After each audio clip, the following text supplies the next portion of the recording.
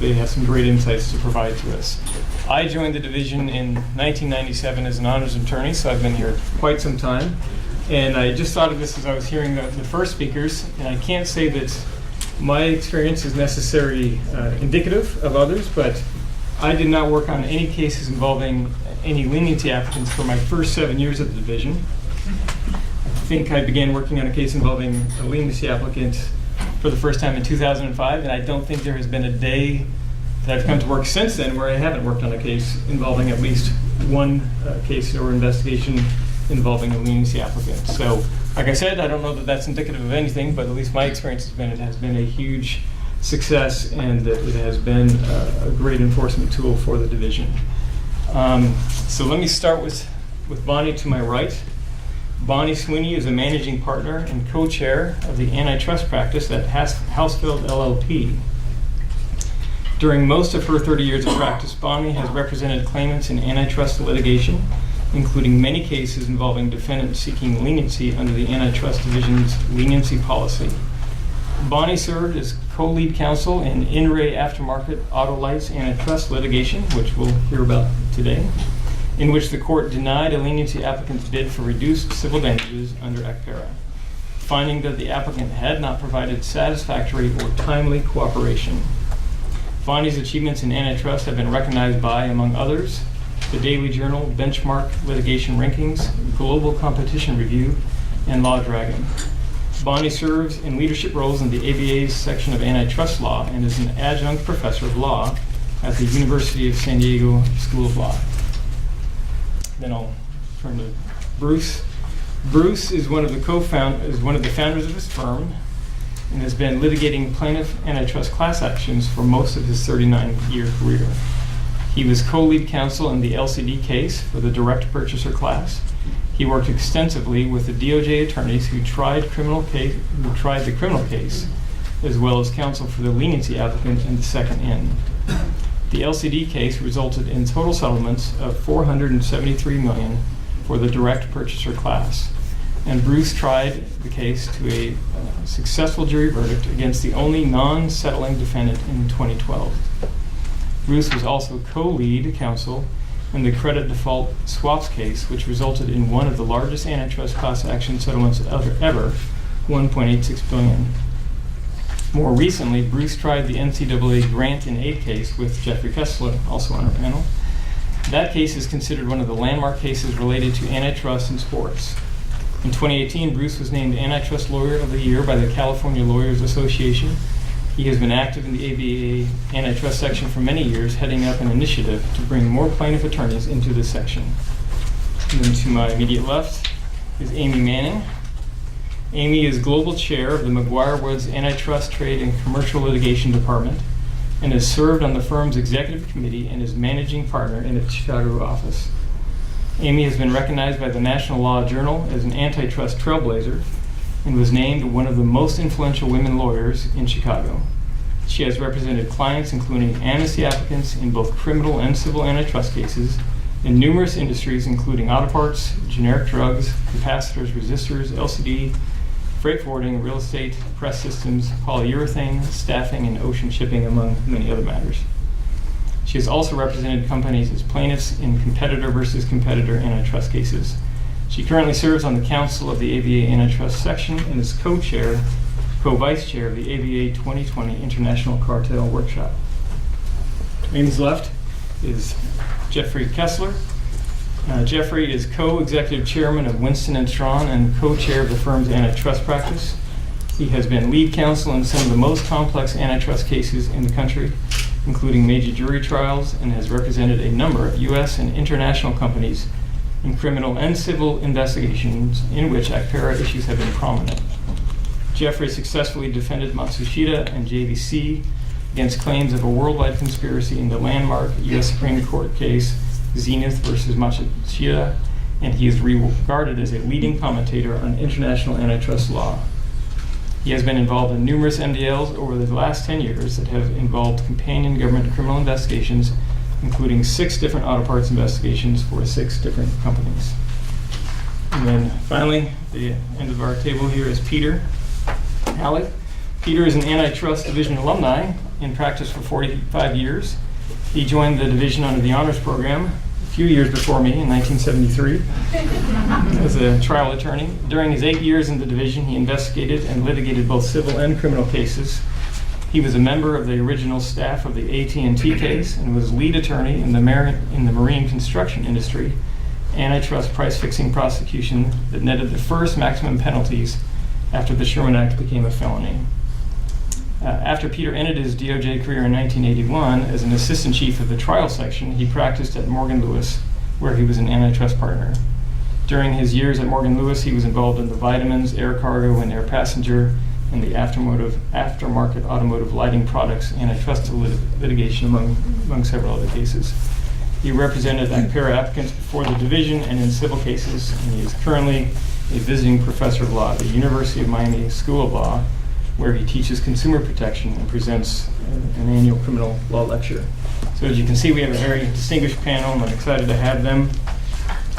I'm going to kick it off by asking Amy if she could start us off today by just providing her insights on the purpose and the impact of ACPERA in her practice, as well as any initial thoughts she might have on some topics that we've heard a little bit about so far today, but we'll hear more about as we go on, and that's being satisfactory and timely cooperation. So I understood my task is to kind of set the stage for what I think is going to be a very spirited debate. I have debated these issues with a couple of our other panelists a number of times, and I think it will be fun to hear the different perspectives. And I will even say in our prep, I've found my perspective shifting a little bit, which we'll talk about. But I'm going to give sort of a timeline of what's happened with ACPERA, what is out there in the case law regarding what satisfactory cooperation means. And I will tell you there's very little. I wrote an article in 2012 on ACPERA, and I've been following the case law all along. And in some respects, it can be kind of surprising, but maybe not. Because a lot of ACPERA really, I think, plays out in settlement discussions and early cooperation and early settlements with the leniency applicant. But let's sort of go through a timeline. So it starts in 2004. Pre-2004, we've heard a lot of good commentary on the fact that boards were looking at a leniency application but had to balance that against the potentially, I think somebody referred to it as ruinous civil liability. ACPERA comes into play. It gives a satisfactory cooperation definition that's pretty general and doesn't give you a lot of guidance. You have a period from 2004 to 2009 and then 2010 when it was first extended in 2009. During that period, there's really only one case in re sulfuric acid, and it's really not that great insight into ACPERA because what the court was looking at there was a cooperation agreement that the parties had entered into. So it was really whether the defendant was actually living within that cooperation agreement. And there the court said that the amnesty applicant or leniency applicant did not have to live on the plaintiff's timeline. The only other thing that was really happening in that period is there was a lot of commentary on what satisfactory cooperation meant. There's an article by Michael Hausfeld where he goes through and says you should provide insight on the complaint, you should be providing more information than what you gave to the Department of Justice, you should be providing broader cooperation than any cooperation that's going on with any other foreign regulator. I remember going to the spring meeting in this period and somebody on the plaintiff's bar said you need to waive privilege. They were taking a pretty aggressive stance, which is normal. You would expect that, right? So then we have the amendments in 2010 after the extension in 2009. And in those amendments, now there's a timeliness aspect that is added to the statute. But that timeliness, it also is fairly general, right? It doesn't say a lot about what timeliness means. And the other thing that happens is there's a GAO study that is commissioned. And in that study, they say that there really isn't a uniform definition for what satisfactory cooperation is. They also say that while leniency applications are not up very much, they are up in Type A, which makes a lot of sense and goes back to the fiduciary duty that John Talladay was talking about. It's a lot easier to convince a board that you should go in for a leniency application if you already know that the government is doing something. And oftentimes that starts to be known amongst the industry. It's a whole different thing when there is no indication that the government knows anything and you're trying to convince a board that it makes sense to go in. But now you've reduced the civil liability through ACPERA and that decision becomes a little bit easier. So what else happens from the period of 2010 until the present? There's just a few cases, and if you want to see any of them or read them, they're all cited in this article, which I continue to update, and I'm about to update again. But there's a couple things that come up. The first is the extent of the disclosure. Is it sufficient? What has happened where the court is testing that? I'm not going to spend too much time on auto lights because I know Bonnie's going to spend a lot of time on it. But in that case, if you read it from a defense perspective, it looks like they provided a whole lot of cooperation, including 9 attorney proffers, depositions in the U.S. and Taiwan. I look at it and say that was pretty good cooperation. The court said no, but I think the court was mad at the leniency applicant because there had been a difference in what was in the civil case as to when the conspiracy started versus what they had told the DOJ. And it was too late for the plaintiffs to amend their complaint, and so I think that was probably a big part of it. Another thing was the timeliness of cooperation.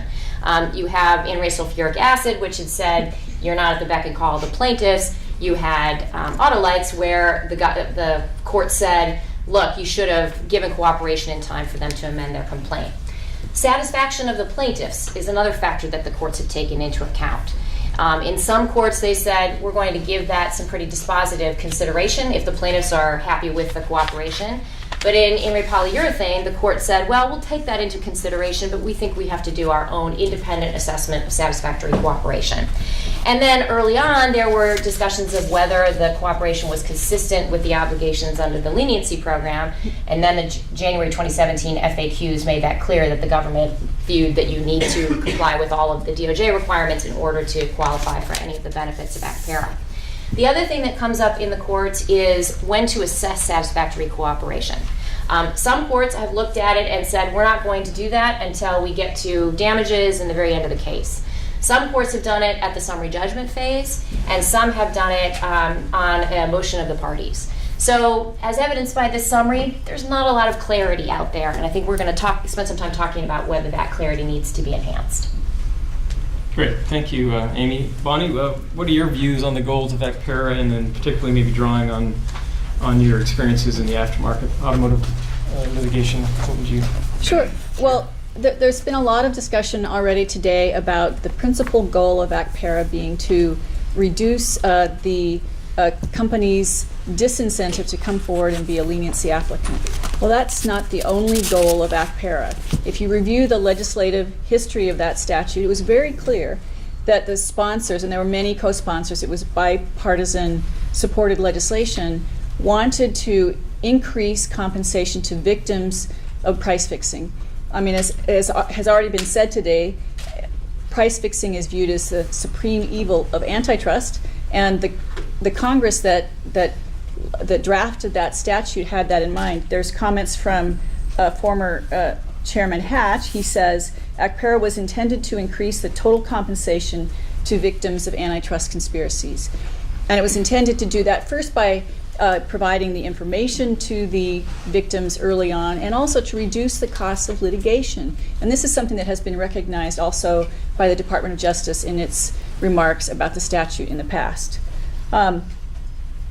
And so keeping those twin goals in mind, not just the increasing incentives goal, but also increasing compensation to the victims, we get to aftermarket auto lights.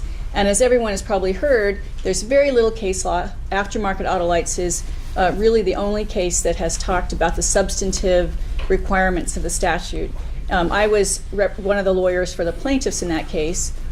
And in fact, there was a fair amount of cooperation by the leniency applicant. However, there were some serious problems with that cooperation.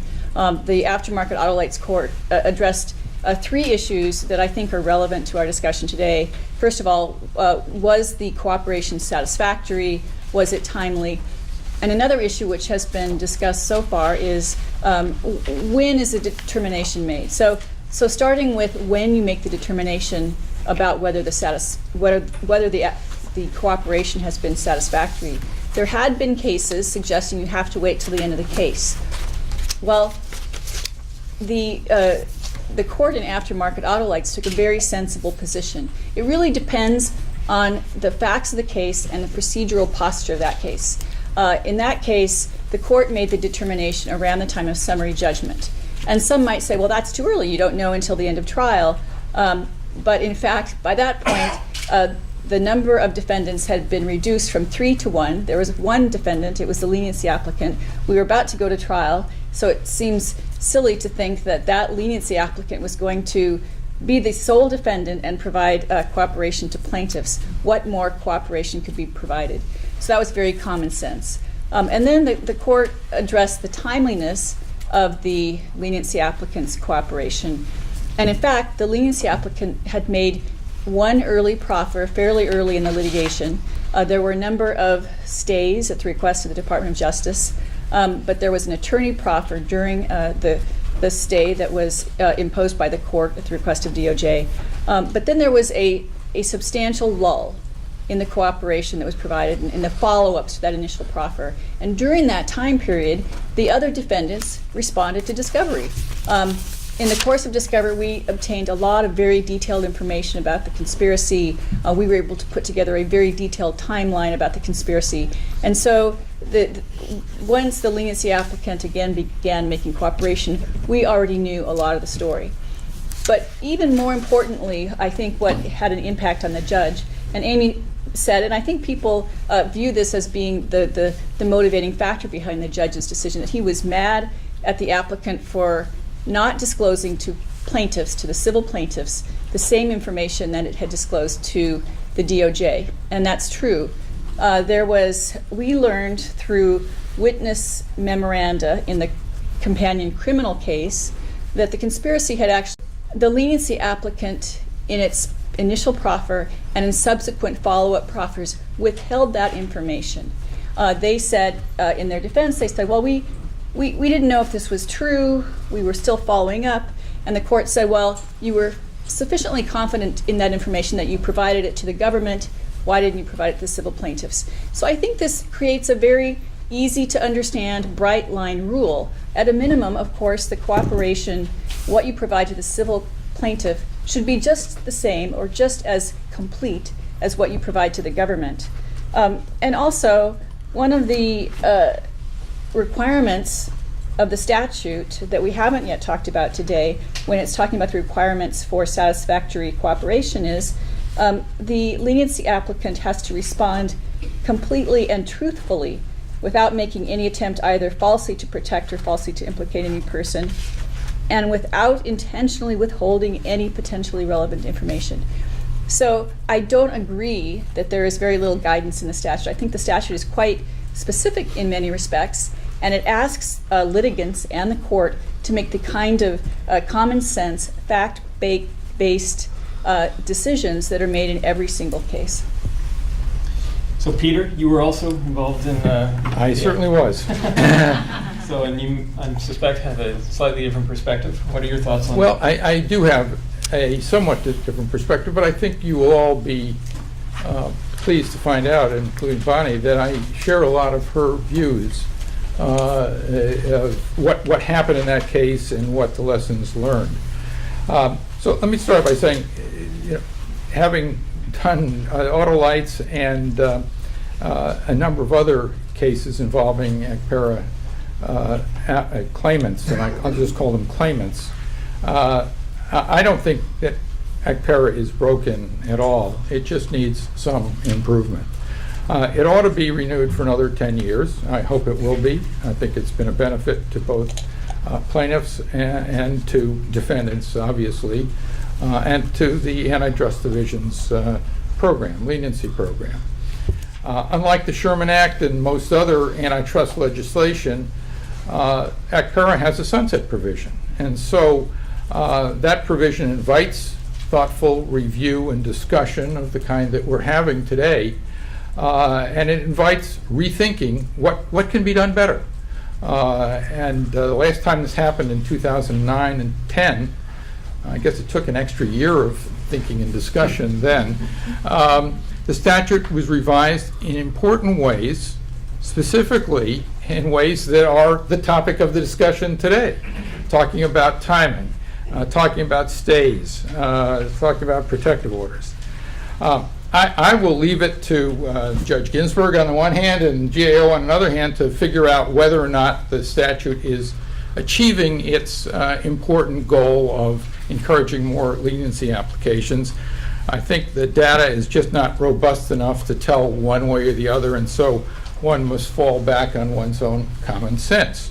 And I fall back on my experience, and that is that there is a problem with the lack of certainty. But even with that, it is my perception as counsel in a number of cases that ACPERA is an added psychological inducement for entities that are perhaps, a little bit unsure of how to go. It's an added inducement to tip in favor of self-reporting and perhaps getting more benefit than they would waiting for somebody else to report.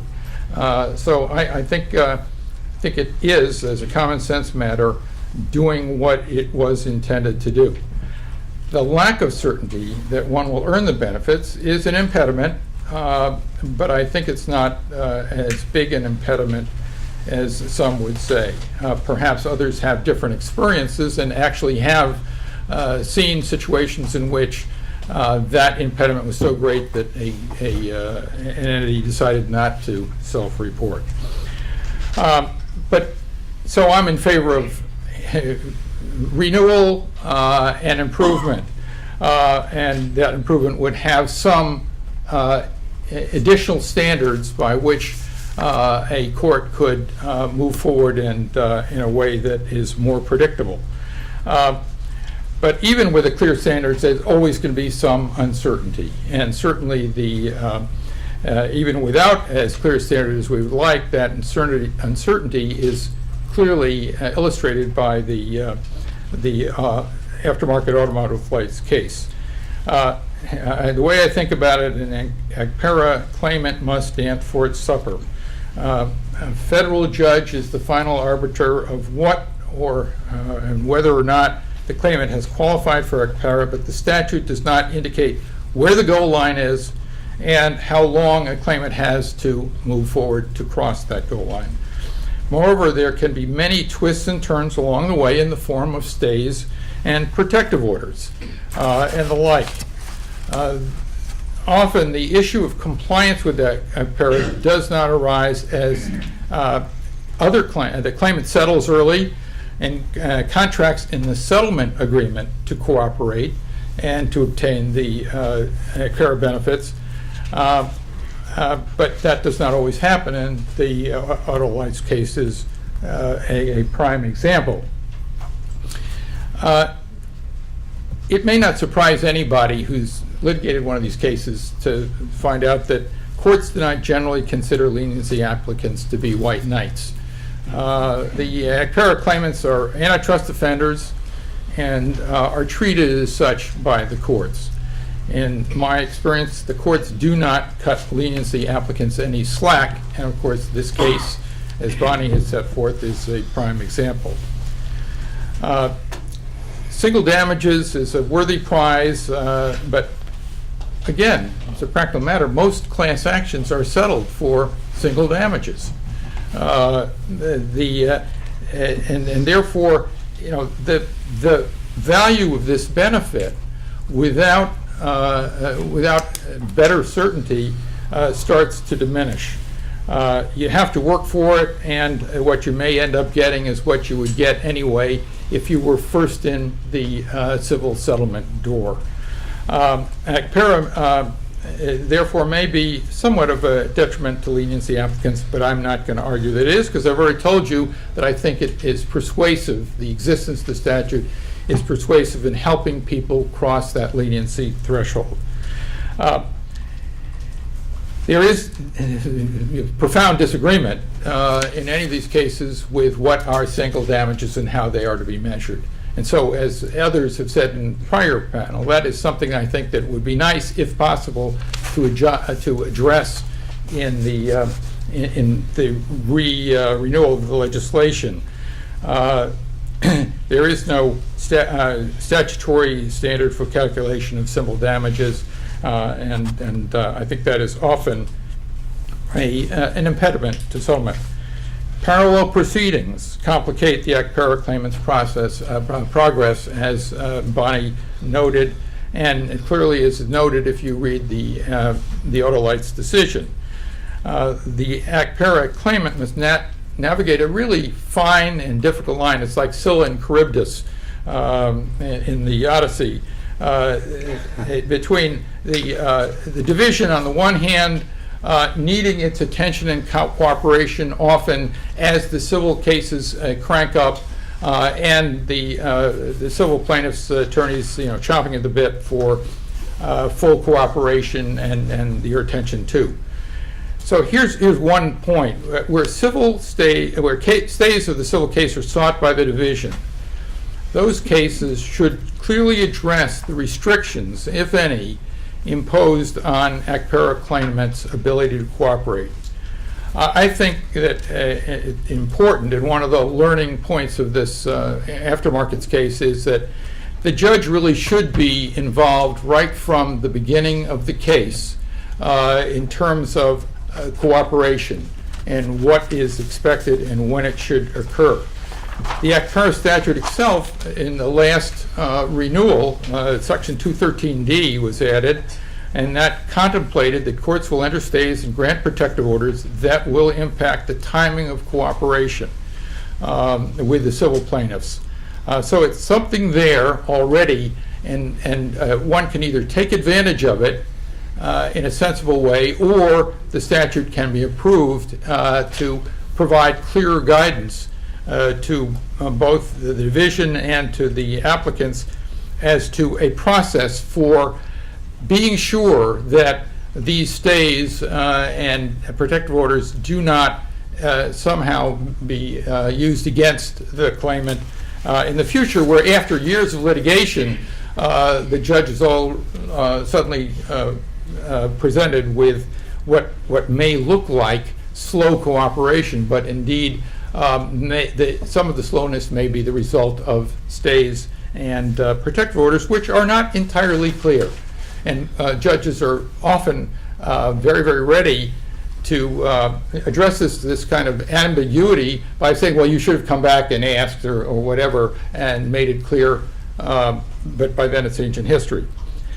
So I suggest that the division prefers to delay cooperation. It should so inform the court, and it ought not to be the claimant's burden to seek that protective order. Indeed, one thing that we, I think, successfully did in this Aftermarket Autolite cases, I don't think that we ever asked for a delay of any kind in the process of this progress of this litigation.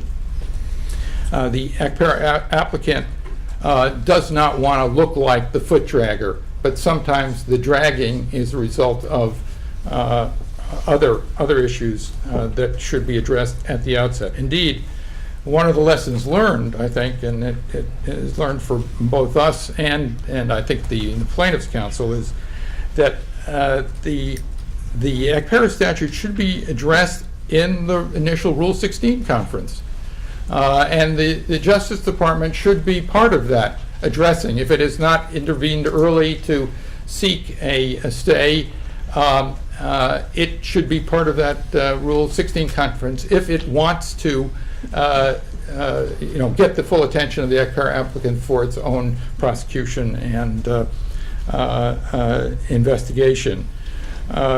So using Rule 16 and pretrial order preserves the flexibility that some fear would be lost if there were more definiteness in the statute itself. And so let's turn to Autolites. Yep. Let me jump in there because I think we're going to come back to more on that case. So you raised some of the challenges and issues, and we've heard from others, but maybe I'll throw it to Bruce to just ask simply, is ACPERA working? Well, first I want to say something that I've never said on a panel, and I've always heard the DOJ folks say.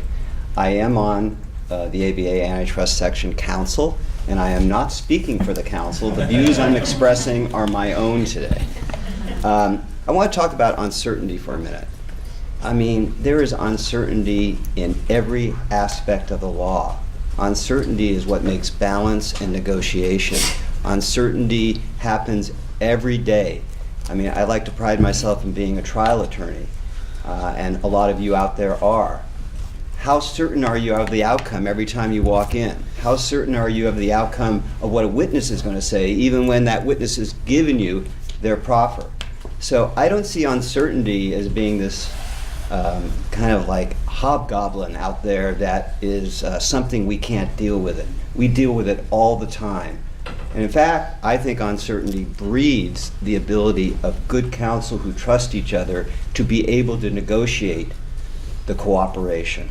And we only have a handful of cases, and only one case where the protections have been withdrawn, which is testimony to the fact that in 95% of the cases or more, we actually work it out.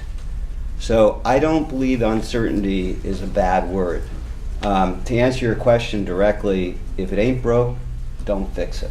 And it's not broken. I also think, perfection can be the enemy of the good. And I think that's what we're looking at here. We have a system which is working. Is it perfect? No. If we try to make it perfect, I am very concerned that we will disrupt the equilibrium that has happened in the last 15 years, and people will go from a system where they know what the deal is to a system where they don't know what the deal is. And that to me creates chaos, and that to me is bad for antitrust enforcement, both from a private plaintiff's perspective and a public perspective. I think it's called the rule of unintended consequences. I can give you multiple examples of statutes which were intended to do something. They were fixed, supposedly, and they ended up having the reverse results. The PSLRA is one example of it. CAFA is another example of it. So we have something that's working. Tinkering with it, although it sounds like superficially appealing, could have dire consequences, and I would like to ask everybody to think about that. I just want to say one thing, too, about the cases we bring. Everybody who pretty much has spoken so far has said the plaintiffs' follow-on cases.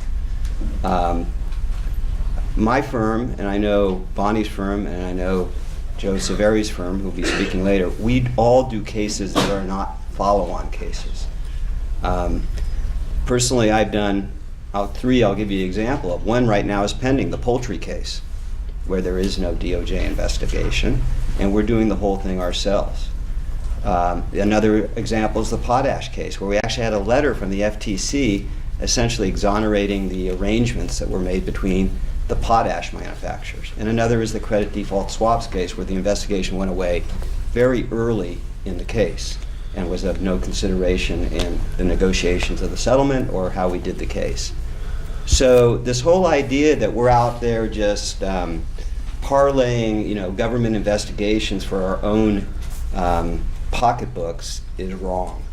We take extreme risk in cases. We spend a huge amount in cost for these cases. And until somebody changes the law or somebody changes the DOJ policy, public and private enforcement create a synergy which allows us to go after antitrust violators in the most productive and aggressive way. And that's where we need to start. So I don't think anybody's changed the law. Some of the suggestions that have been thrown out, especially at the ABA spring meeting, to the effect that maybe we should not have the amnesty applicant pay any damages, or there should be a rebuttable presumption, which is John Talladay's suggestion, is nothing short than antitrust tort reform. Let's just call it what it is, because that's what it is. It will chill public and private enforcement if we go that direction. I'll make some comments about the rebuttal presumption if we get to it later. So the other thing is somehow this is being cast as it's the plaintiff's fault. The argument goes something like this. We're being too aggressive in our cooperation provisions, and the threat is out there that you possibly will, if you're an amnesty applicant, have to pay more than you should have to pay. And then thrown out there are all these statistics about the fact that DOJ investigations, amnesty applications, fines are going down. I think you already saw today in the room that there is a difference of opinion about that. My view is that DOJ is actively and aggressively investigating all kinds of antitrust violations. One thing that has to be taken into consideration is the size of the cases. You could have 20 small cases that don't add up to one auto parts case. And that needs to be taken into consideration in any type of statistical analysis that we're going to make any decisions changing ACPERA. And the other thing I'd like to say is, and not to pick on John, but I'm going to pick on him, he wrote an article where he put out the rebuttable presumption idea. But one of the things he said in his article also is, it is impossible to know whether this reduction in DOJ cases and fines is tied to ACPERA's failure to provide certainty to potential leniency applicants regarding civil penalties. That is a fact. We don't know. We are speculating. There could be multiple causes for why this is happening. The other point I want to make is, I don't think there's anybody can say that ACPERA hasn't been a gigantic success. And I am one of those people who says it has been. Maybe people don't like it. Maybe some people represent companies that come back to the well 3, 4, 5 times to apply for leniency or get in trouble that many times. And maybe they don't like it. But the fact of the matter is, what we're trying to accomplish is enforcement of the antitrust laws, and it is being successful in that way. So I would basically get back to where I started, is that if it ain't broke, don't fix it. All right, Jeff, who says if it ain't broke, don't fix it? Do you agree, or do you think there are some areas that need attention? So at the risk of Pissing off your co-counsel? disagreeing with my co-counsel in a number of cases, I'm going to both disagree and agree with him, and try to approach it from a slightly different perspective, because my view is that it's not that it's broken, but like the VHS recorder, it still works, but it's outdated. And I agree with him that ACPERA has been a great success. It was a tremendous innovation in this country, which countries around the world have emulated. I think it's been extraordinarily positive, but the environment has changed, just like it's changed with the VHS recorder. And what I fear is that it's not going to be the same success for the next 10 years if it's renewed exactly as it is right now. Now, why is that? What has changed? What are we looking at? Well, the first thing is the rest of the world. I'm not as worried about the uncertainty issues. I do think it would help to have more certainty. I'm worried that the reduction of the single damages and the joint and several liability is now much less of an incentive than it was previously in ACPERA because of other changes in the world around us. One thing is, because of the explosion of both governments who will bring their own prosecutions for the same conduct, and because of the advent of now private liability in multiple jurisdictions, from the standpoint of that board looking at what are the benefits of ACPERA, it just is comparatively a lot less on a global basis. There's many more countries to worry about. There's much more liability to worry about. That's one piece of it. The second piece of it is the pattern that's developed is that you may go in on ACPERA on a very specific agreement and conspiracy, but the cases you get are typically far, far broader in scope. So it makes it very hard from a corporate board standpoint to figure out what in fact is going to be your potential liability. So you think you're going in on a 4-year agreement involving certain types of customers, and then your private cases are about a 15-year agreement involving all sorts of other products and customers you didn't think were part of it. All of this, again, undermines what is the benefit of the calculation that you're doing. And I particularly worry about this because, unlike in the auto parts world, which in some ways, auto parts, in some ways, I think, covered up this problem to some degree for the last 5-6 years, because the risk of detection in auto parts was so high because of the nature of that industry that it was a tremendous incentive. I can tell you, I've been there, okay, for companies to turn themselves in because you were looking at an 80%, 90% detection factor once that thing rolled out. When you're now looking at other industries that have nothing to do with auto parts, do not come out of the string of electronics products cases, so things where there's a high possibility it will never be detected. And that's what the governments want to worry about. You need a different type of incentive, in my view. So what would I do? And I would not endorse the complete immunity, you'll be happy to know, Bruce, and I wouldn't endorse the rebuttable... I've been working on him. I wouldn't endorse rebuttable presumptions. I have a different kind of an approach. What I think we should seriously look at, and this is just for the successful ACPERA applicant who fully cooperates otherwise, is whether or not we shouldn't, for that applicant, use restitution as the remedy, and it would always be restitution.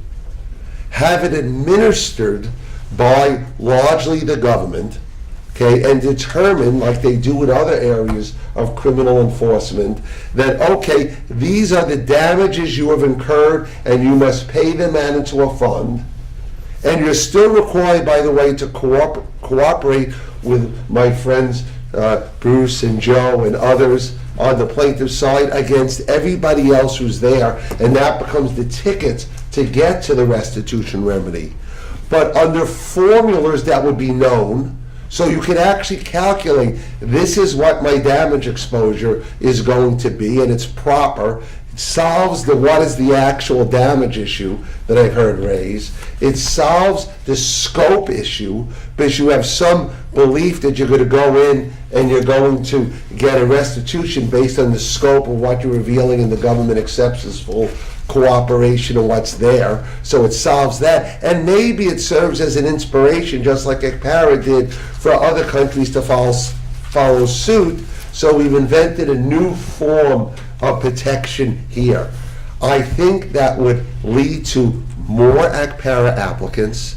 I think it would lead to more countries revealing cartel behavior that would otherwise be detected at all in the future. So it'll be good for the plaintiff's bar because there'll be more cases to pursue against the other companies that are being revealed by this, and it'll be better for the economy because you'll have less anti-competitive conduct that doesn't get caught in terms of that. So it's a radical change. Like everything we do today is learning from my grandchildren and others. You have to, I can't think like the way I thought for the last 15 years or the last 50 years. You need to think a little bit out of the box. I think this would be something that would increase detection, increase turning in, and in the end solve a lot of these other problems with a full cooperation obligation. And in fact, I don't care if the cooperation obligation is broader as long as everybody knows what it is. Because if you've done the crime, you should do the time, so you should fully cooperate in that regard. But if you could define what the obligation is, and I think that should be in the statute, and that would help everyone too. Go out and advocate that cooperation should be A, B, C, D, and E, but at least we'll know what it is, and that becomes the ticket to restitution. So that's my radical idea for the day, and I hope at least gets a discussion going about it. Can we, at the risk of going off script, just talk about that for 30 seconds? Because Sure, let's kick it back to you. I think, Jeffrey, you better be careful what you ask for. I've spent 39 years doing class actions, antitrust and others. If you think it's so easy to administer a settlement fund to get the money out to people, to deal with allocation issues, professional objectors, people who are purportedly not represented by you that you've left out, it can be a nightmare. And I think what you'll do is end up, it's basically going to be an interpleader. You're going to interplead your money somehow and let everybody carve it up. I mean, the private plaintiffs' bar does what they do best. The DOJ does what they do best. They, at this point, have not sought restitution or a restitutionary fund. They have stakeholders who are different than who the private plaintiffs' bar represent. We have state AGs out there who have something to say about this too and have a claim to the funds. DOJ has a different burden of proof, but I think it would be a nightmare. And I just don't see how it would work. Yeah, a word on restitution, because I've thought about this too. I don't object to what you're suggesting, but I'm very concerned that the DOJ doesn't have the resources. And unless the resources are added, more money, to have a restitution section, I would be against that, because I think the DOJ needs to be out there investigating and prosecuting. I agree with you. I think you'd have to give resources to the DOJ, and you even could pay for it. Okay, no new taxes. You could pay for it out of the fund, because there would be no attorney's fees associated with the restitution So fund. now we get to the rub. No, There's the rub. and it's just for that. You should have just said that to begin with. No, because in effect, the DOJ could take that portion, if you will, to pay for the administration and have people to be able to divide it up. And this, I agree with Bruce. He says it would require a lot of work to figure out who was right, but I believe the process for doing it would so benefit by the certainty to the applicant, and that of more cartels being revealed, that it would be worth the administrative costs and probably better than the courts. And we do this, by the way, in other areas of criminal law. This is like sort of alien for antitrust lawyers, but it is not uncommon for other parts of the U.S. legal system to require that restitution be done, and they come up with rough justice, and it gets paid out that way. That's what the whole Crime Victims Act is about. Let me jump in here. One case. Let me jump in here. DRAM. Just look at DRAM, the indirect purchaser case. 10 years to figure out the allocation with a very experienced special master. All right, so I'll jump in here, and it's a lively and good discussion on that. And I'll also point out at this point, my views are not the views of the Antitrust Division, but I will just point out under the sentencing guidelines, there's obviously a proxy that actually alleviates some of the burden from the Antitrust Division as to calculating specific damages. Whether we get more resources, I'm always in favor of that, but we'll leave that for another day. So, two of the topics, and I know the next panel will get into the specifics of satisfactory cooperation and timeliness of cooperation, but I thought it would be worth at least addressing briefly on this panel this idea of whether greater certainty is needed. So of course there have been some of the cases, sulfuric acid has suggested that ACPERA claimants are not necessarily at the beck and call of plaintiffs, while aftermarket autolites perhaps in a slightly different direction. And maybe I'll throw it first to you, Peter. What's your thought on whether greater certainty is feasible, and whether that would be a net positive, and then we can hear some viewpoints about this. Perfect. I think that the certainty issue has to do with the standard that a court uses to decide whether or not there has been fulsome cooperation. And my comments now also do not, just based on looking at the public record in this case, and do not draw from any information I may have that was subject to a protective order or a stay or client confidence. And so going back to what Judge Wu did, and I think that he employed a standard that should be employed. Bonnie told you the story. Essentially, just before trial, and I must agree with Bonnie that that is the right time to decide these things. Nobody should go to trial, either the plaintiff or the defendant, wondering whether they're single damages or treble damages and joint and several liability. So I think that before a trial, if indeed the ACPERA entity claimant is still in the case at that point, that there should be a determination. It could go along with summary judgment or anything, but it should be before trial. By then, everybody knows what the cooperation has been, and one should be able to judge whether it's fulsome. And so what is the standard for judging the fulsomeness of cooperation? I think this is what Judge Wu applied in his case, and he lays it out. And he asked, in order to determine, because it's totally nebulous. You have all these words: cooperation, fulsome, as much as you gave the Justice Department. He really asked, what does it matter? Were you harmed in some way by the alleged lack of cooperation by the ACPERA claimant? And the answer was, as Bonnie laid out, but I don't think there's an additional fact that is really crucial here, that the answer to that at oral argument, and this is reflected in the judge's decision, is the judge was told that there was harm. And the specific harm that the judge was told was that the plaintiff had been unable to amend its complaint with respect to the conspiracy period. As I recall, the complaint alleged a period starting in 2004, and the specific potentially relevant evidence that Bonnie alluded to indicated there had been a meeting as early as 1999. And you can, I think we all agree that if indeed the conspiracy started in 1999 and the complaint said 2004, that's a problem. But as the public record shows, and the judge decided on that basis, it was harm. It was that specific harm that he talks about in his minute order. Sorry. Yeah. Can I say something about certainty and transparency? May I just finish this point, sure. because it's an important point. The public record in the case shows that the Department of Justice issued an information in 2011, I think, and we're talking about a ACPERA hearing in 2013. And in that information, it laid out that the conspiracy started in April of 2004.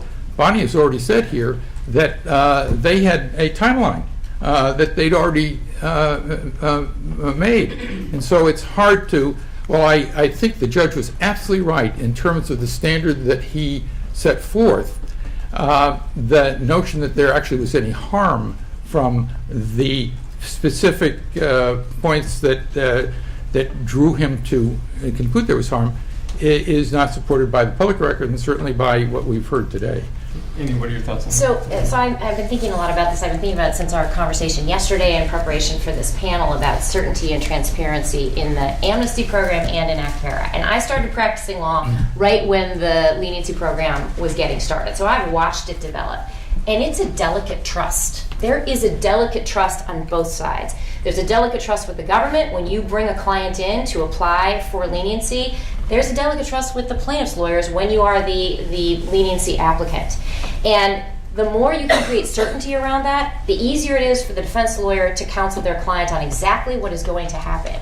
And as soon as you start having uncertainty, that makes that discussion harder. I also, as a side note, think that both leniency and ACPERA are really important in driving compliance programs, because I have made presentations to boards saying you need to do a really robust antitrust compliance program, because if we find something, there's stuff we can do.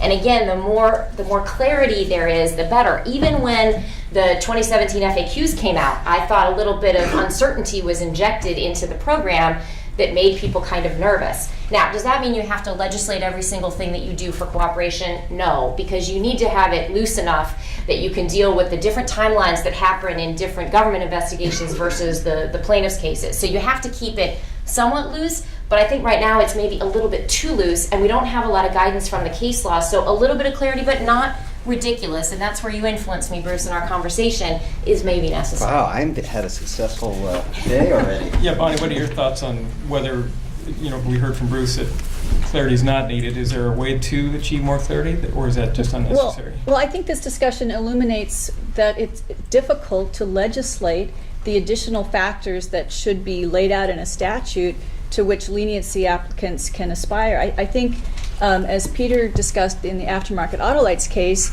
it was a strange confluence of facts that led the judge to his decision. And in fact, the harm was that we had passed the deadline for amending our complaint. We couldn't expand the conspiracy to be coterminous with the actual conspiracy. So in that case, how would you legislate that? What kinds of criteria would you put in the statute? And let me give another example. So I've been in another case where there's a leniency applicant, and there one of the plaintiffs in the case pleaded a conspiracy broader than, there was already a guilty plea by the time this complaint was filed, pleaded a conspiracy broader than the guilty plea and said, directly in its complaint, alleged that, well, there's no ACPERA benefit for this period of the conspiracy because it's not covered by ACPERA. Now, so the leniency applicant could have challenged that in a motion.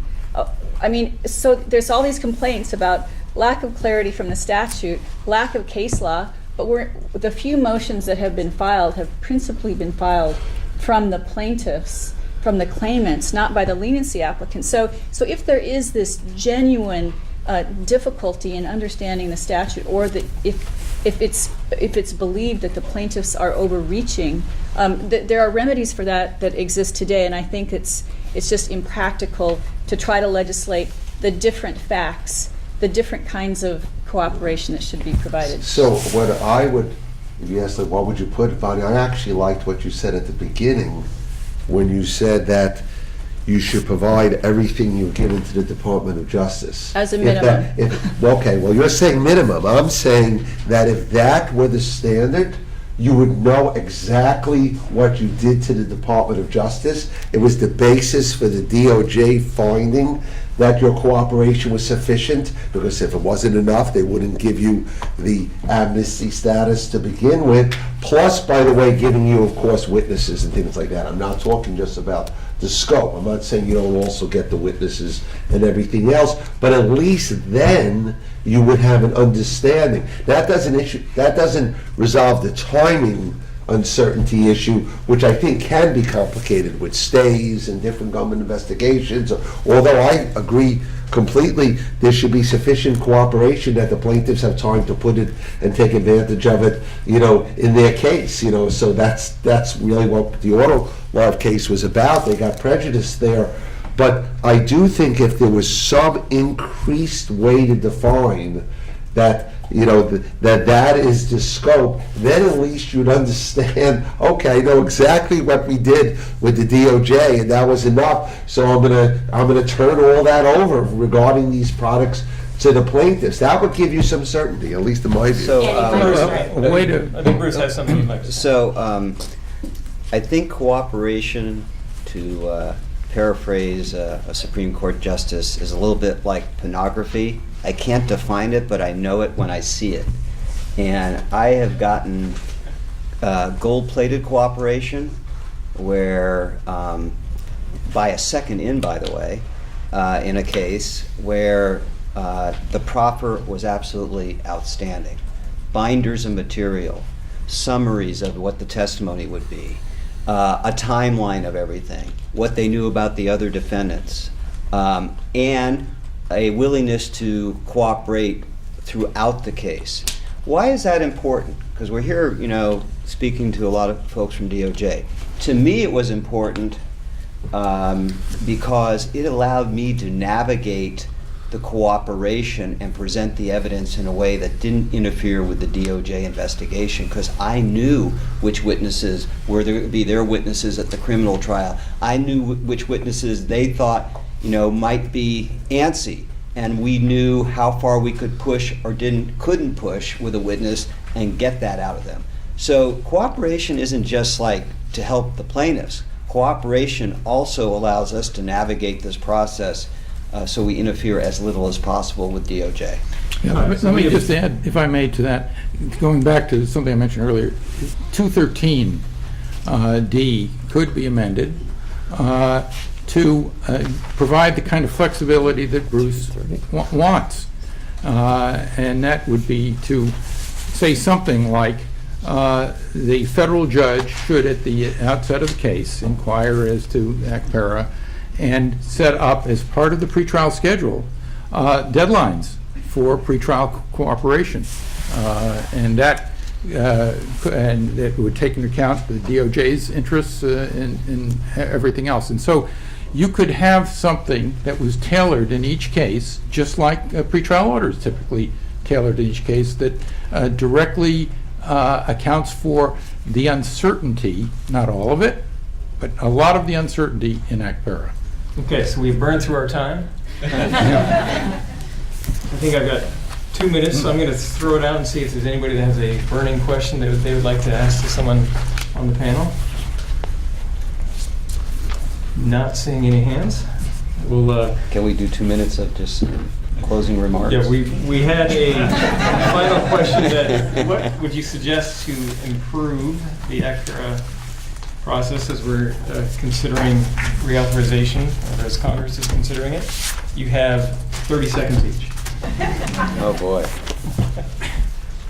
We'll start. We'll be heard from people. Let's start down here with Bob. Well, like Bruce, I don't think the statute is broken. I don't think it needs to be fixed. I think that the problems that have been identified by some of the participants can be addressed within the litigation context. And I also think that the restitution proposal that Jeffrey made would be enormously expensive. I think, as Bruce pointed out, we on the plaintiff side have been doing this for a long time, and we spend a lot of money on economists and claims administrators, and it's not the easy task that is described, and I don't think it would save any money for the victims of the criminal conduct. I don't think it should be tinkered with either, but I'll give you 3 radical ways to strengthen it, since Jeffrey threw out restitution. 1, the cooperation should happen before the motion to dismiss opposition is filed. Maybe even before a consolidated amended complaint has to be filed, and there should be a time put in. If we're going to put any time in, it should be sooner, not later. 2, on this whole thing, the plaintiffs allege broader conspiracies and the amnesty applicant goes in with, or that other defendants plead to. Well, if you want to limit it that way, then all the damages that relate to the broader conspiracy that we prove should be trebled for the amnesty applicant.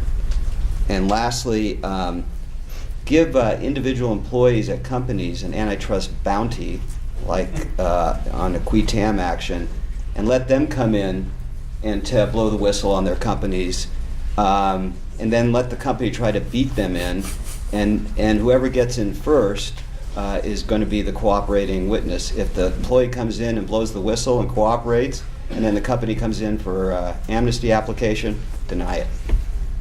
I'm going to be super fast. I think ACPERA is working, but it could be tweaked. Jeff's proposal scares me a little bit because I think that's away from clarity and is going to, sort of throw open the doors and nobody's going to know what's going to happen. On Bruce's cooperation point on the complaint, maybe if there was early cooperation, we would have unnecessary Twombly motions because then the complaint would start and we would all start from the same conspiracy. Okay.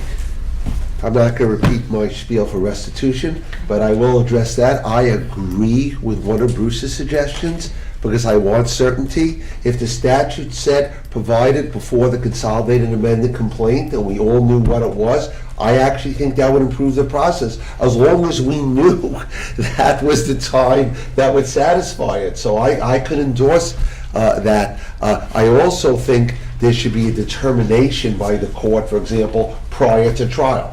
Okay, because no one should go to trial not knowing, you still have to produce the witnesses, but that's easy. You could say subject to the witnesses showing up, but at that point, all the cooperation should be over, except for producing the witnesses. So I think we can put pieces of certainty into the process, and I'd love to form a committee of Bruce and Joe and others and figure out how to do the restitution right, Bonnie, in a way that would actually work for the plaintiff's bar and work for the defendants, because I do fear, and I hope I'm wrong for the sake of sort of getting cartels discovered, I think we're about to see, if no changes are made, a significant long-term decrease in amnesty applicants. I fear it. It's not what I'm counseling, but it's what I'm seeing in the business community if we don't do that, and that's not going to be good for anybody if that's what in fact happens as a result of this. So, a word on restitution. I think the potential answer to your suggestion is to, first of all, keep the plaintiffs' bar, their experience in restitution, as Bruce has told us and as we all know. And I think what should be done there is simply that there should be a bench trial on restitution where both sides, put in their experts and whatever, and the judge can decide as part of the whole ACPERA process. And that would simplify it and take it out of the Justice Department's hands. Moreover, I think we should also remember that you cannot get a final leniency letter from the Justice Department without having done the restitution. At least that's been my, it's one of the qualifications. So Justice needs, as I recall, we check back with Justice if we want that letter and demonstrate what it is, what the restitution has been that actually has been done. So restitution is part of the picture. Almost 30 seconds each. Yeah, very good. Thanks to our lively panel, and appreciate all of